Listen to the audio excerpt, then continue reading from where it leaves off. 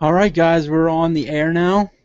Post Microsoft E3 conference, and I gotta say, I was extremely impressed by Microsoft's lineup, and very impressed by the fact that um, the entire press conference was games.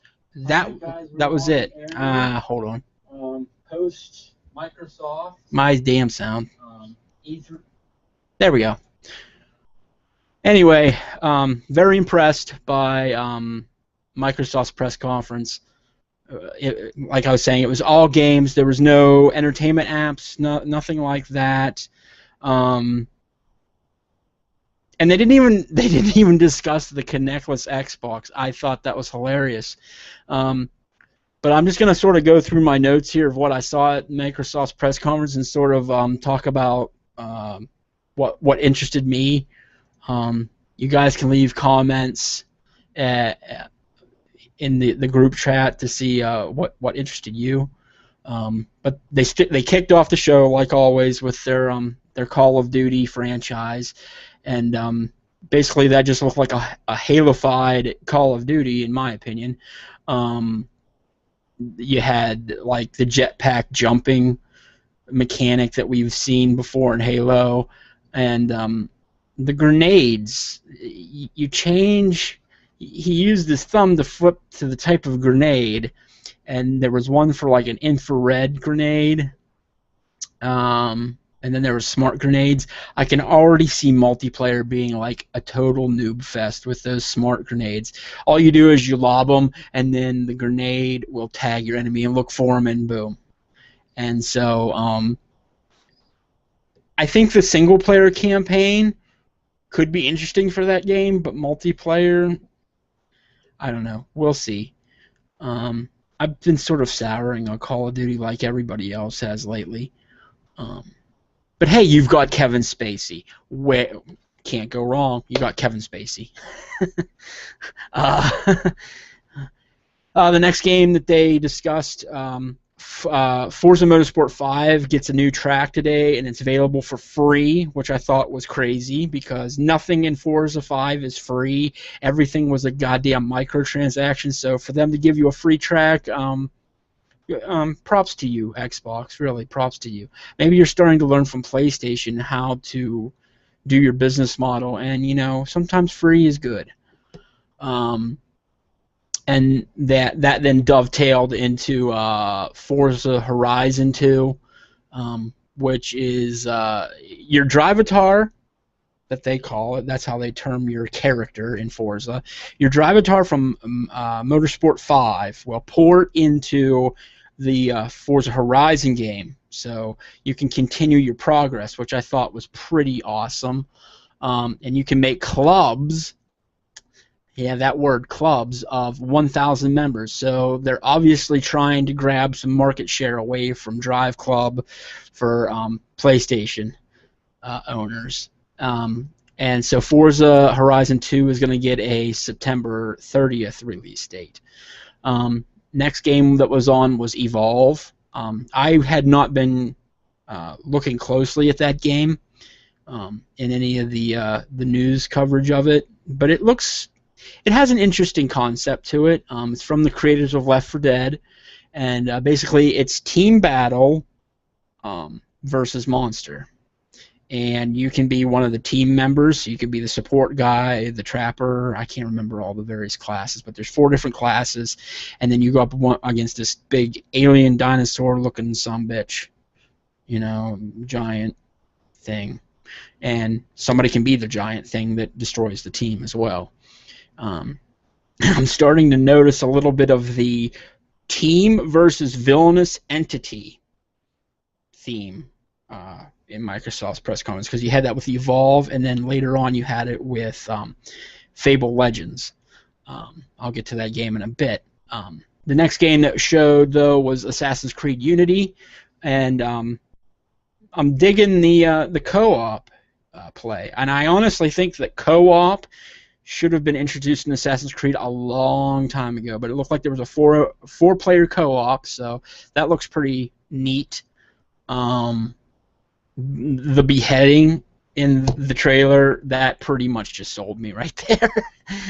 That was pretty cool cinematography for that.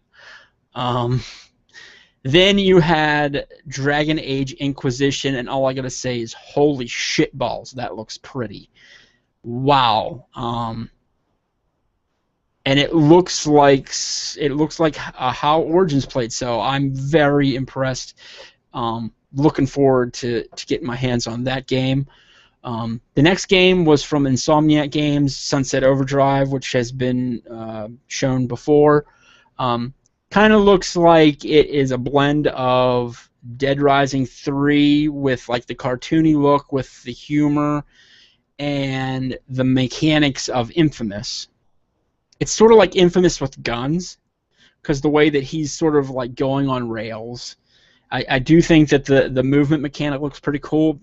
I still feel like it looks a little bit too cartoonish for my taste, but I think it'll definitely be a rental for me personally. But it could be okay. You know, looks like it could be an amusing game. And we don't have too many of those in the video game space.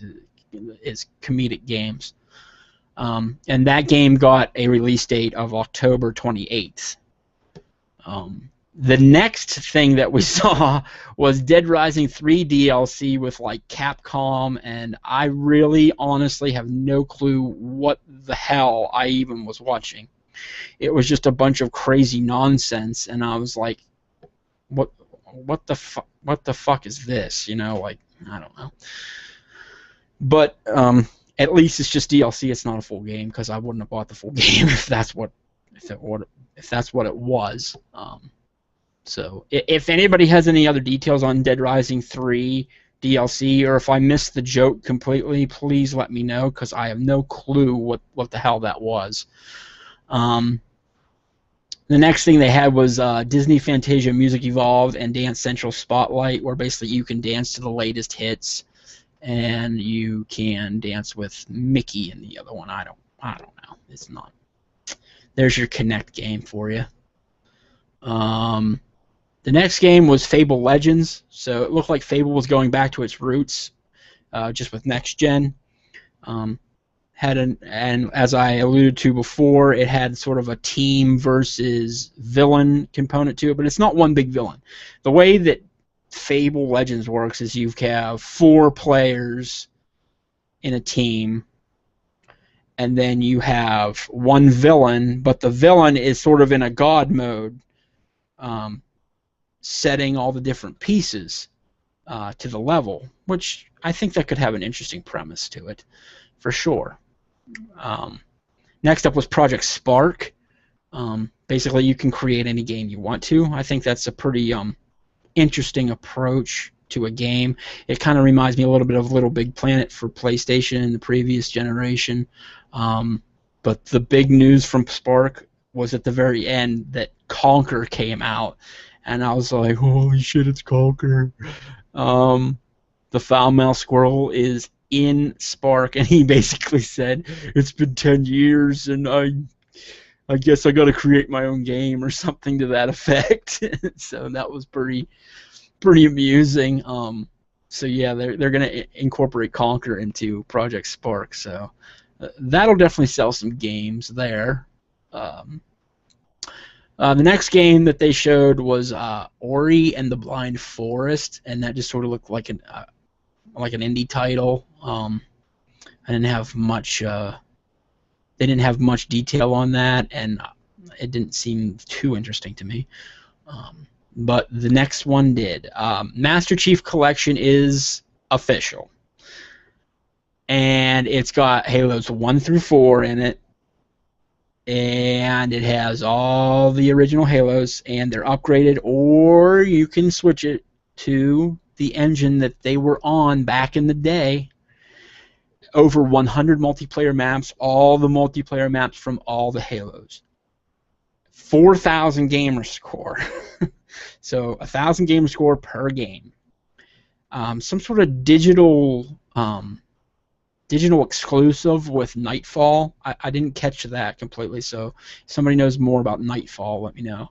And it will also include the Halo 5 Guardians beta. So we will be getting to play Halo 5 multiplayer seemingly this year as part of the beta, which is awesome. And the Master Chief Collection got a release date of November 11th. Next game that they showed was another. Well, before I continue, all the games that I mentioned previous were games that they said that you would play this holiday. So all those games that I just said this year. The next set of games is for next year and beyond. The first game they showed in that set was Inside, which looked like Limbo, but with a little bit more color to it, a little more of a futuristic vibe to it. But I'm digging it because I liked Limbo, and they showed a lot of love to the indie game creation as they have the ID at Xbox. So giving developers all the APIs and things of that nature. Then a shocker to me, but I'm very much anticipating it. Rise of Tomb Raider was announced, and that looked.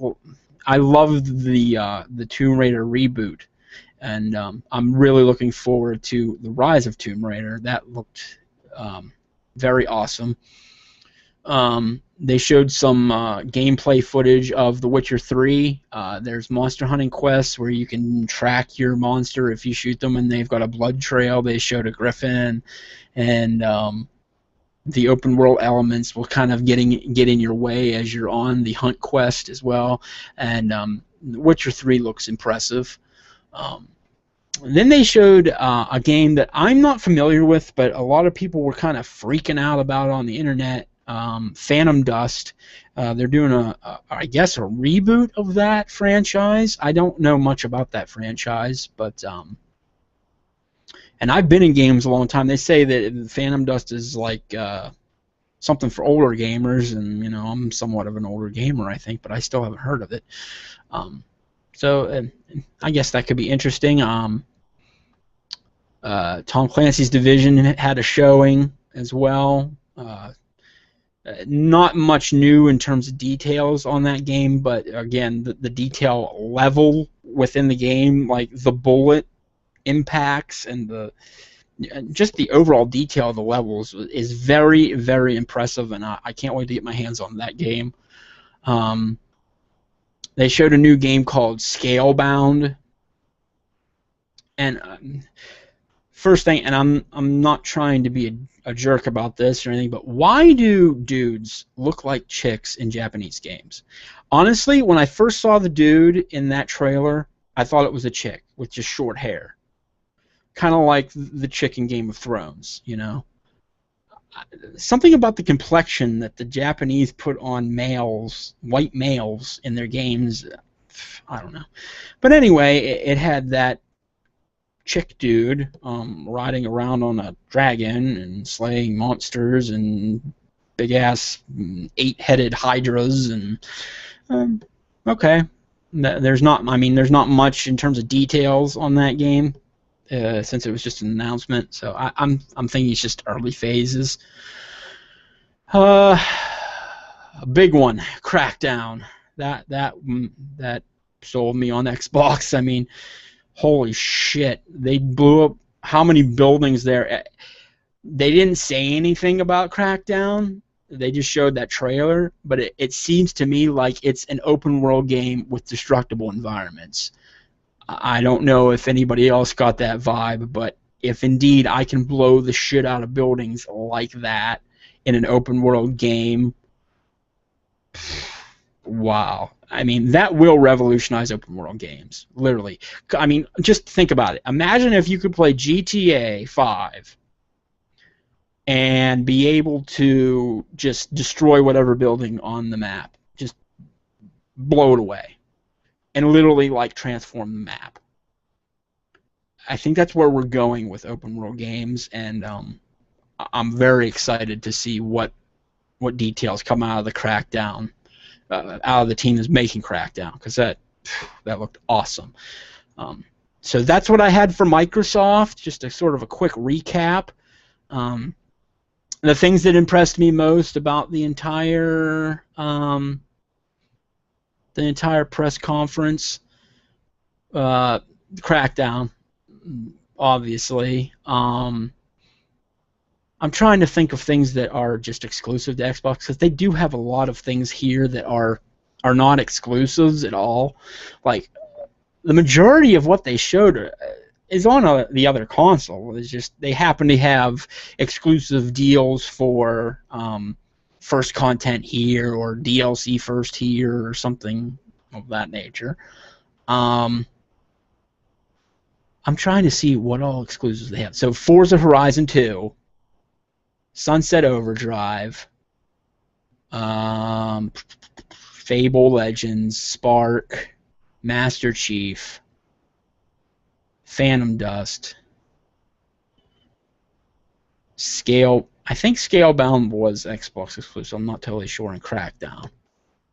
So out of all of those, because I'm not incorporating Call of Duty in this and Assassin's Creed, because I can get that for any system, really. Forza Horizon looked impressive, I thought. Sunset Overdrive, probably not my cup of tea, but I mean, it's just based on what I've seen so far, it's probably a rental for me. Fable Legends, kind of soured on the whole Fable thing. I've kind of had my fill. Maybe another rental, too. Master Chief Collection, yeah, gonna get that, for sure. Crackdown, yeah, gonna get that. But yeah, that was Microsoft, and I really liked how Microsoft sort of diversified their portfolio too. A lot of it seems like the bro dude gamer that just plays sports and FPS, and they introduced a lot of stuff at their press conference today that was not first-person shooter. And a lot of adventure games, a lot of indie titles. So I'm floored, and I'm a little bit shocked, because if you watched my pre-E3 show, I said that they were going to talk a lot about entertainment and app support and connectless Xbox One and all that, and they didn't say a word about it. And that is, I mean, I do want app support, don't get me wrong, but I think that should be something that is just done and not announced. It shouldn't be an announcement. Very surprised that they didn't announce anything for Gears of War, but I'm thinking maybe because their other big franchise of Halo is taking the forefront right now, that maybe they don't want to clutter the collection of FPSs and all that. They don't want to blow their load all at once with all their games at once. They want to sort of span them out, and I appreciate that as well, because first off, who has the money to buy all those titles at once, and who has the time? You know, you got to space out your games a little bit in a nice fashion, so that, you know, and you got to look at the market too. So, but yeah. If I was giving Microsoft a grade, I'd give them A-. I thought it was awesome. And it's exactly what the gamer would want. And Phil Spencer, I mean, he knocked it out of the park. So, yeah, that's my take on Microsoft. Let me know what your take is in the comments, and I'll be back here after the EA conference is next at 3 p.m. So we're about 30 minutes away from EA. Hopefully we hear a lot on the EA Sports front, and Battlefield and Dragon. I want to see more about Dragon Age Inquisition, because that trailer looked impressive to me. And hopefully hear more about the Star Wars projects too. So I'll catch you on back on here. I can't get on Twitch, so hopefully the press conference is somewhere else. Every time I try to get on twitch.tv, it just turns into a white screen, and it blew up prior to the Microsoft press conference. I watched the Microsoft press conference through game trailers, so I don't know. I'll be searching around here for the internet trying to find the live stream here, but keep it here, guys. Tuned to Downtown Network, and I'll have continuing coverage all day long with my post press conferences reviews, I guess they're called, reactions, and yeah, catch you guys in a little while after the EA press conference.